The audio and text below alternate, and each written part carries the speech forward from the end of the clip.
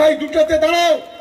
যদি দুই ভাইকে লেজে গোবরে করে হুগলিতে লোটা কম্বল নিয়ে না পাঠাতে পারি, আমার নাম শওকত মোল্লা নয়, এটা আমি দায়িত্ব নিয়ে আমি বলে গেলাম। ভাইকে লেজে গোবরে করে দেওয়ার হুঁশিয়ারি দিলেন শওকত কে দিয়েছে? মোল্লা। ও নটোরিয়াস ক্রিমিনাল চুটে নেতার কথা আমি উত্তর দেবো? আপনি ভাবলেন আমার বিরুদ্ধে, আমার লড়াই মমতা ব্যানার্জির বিরুদ্ধে। ওই ছোটোখাটো নেতার বিরুদ্ধে আমি কথা বলি না। কারণ কি জানেন তো, ওরকম নেতা ওই দলে প্রায় 500 আছে।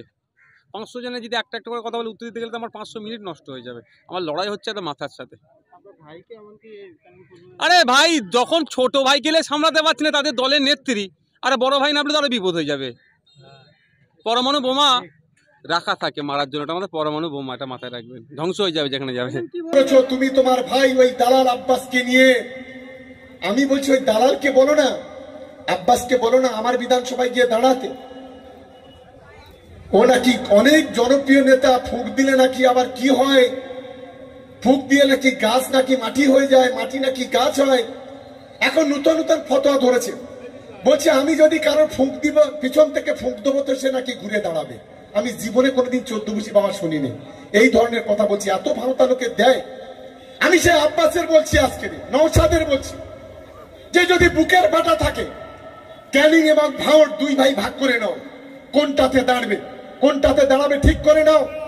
দুই ভাই দুটাতে দাঁড়াও।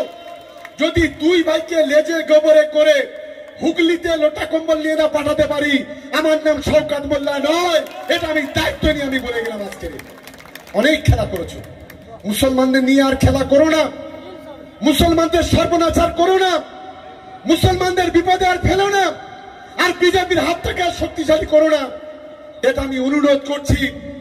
এখনো পর্যন্ত সম্মান আছে। এরপরে ভাঙড়ের মানুষ যে আমার কলার ধরে জিজ্ঞাসা করবে আজকের ভাঙড় পিছিয়ে গেল কেন, তখন কিন্তু তুমি কোনো জবাব দিতে পারবে না। আপনাদের দুই ভাইকে লেজে গোবরে করে দেওয়ার হুঁশিয়ারি দিলেন শওকত। কে দিয়েছে? মোল্লা। ও নটোরিয়াস ক্রিমিনাল চুটে নেতার কথা আমি উত্তর দেবো? আপনি ভাবলেন আমার বিরুদ্ধে, আমার লড়াই মমতা ব্যানার্জির বিরুদ্ধে। ওই ছোটোখাটো নেতার বিরুদ্ধে আমি কথা বলি না। কারণ কি জানেন তো, ওরকম নেতা ওই দলে প্রায় 500 আছে। 500 জনের যদি একটা করে কথা বলে উত্তর দিতে গেলে তো আমার 500 মিনিট নষ্ট হয়ে যাবে। আমার লড়াই হচ্ছে একটা মাথার সাথে। আরে ভাই, যখন ছোট ভাই গেলে সামলাতে পারছি না তাদের দলের নেত্রী, আরে বড় ভাই নামলে তো আরো বিপদ হয়ে যাবে। পরমাণু বোমা রাখা থাকে মারার জন্য, এটা আমাদের পরমাণু বোমা, এটা মাথায় রাখবেন, ধ্বংস হয়ে যাবে যেখানে যাবে।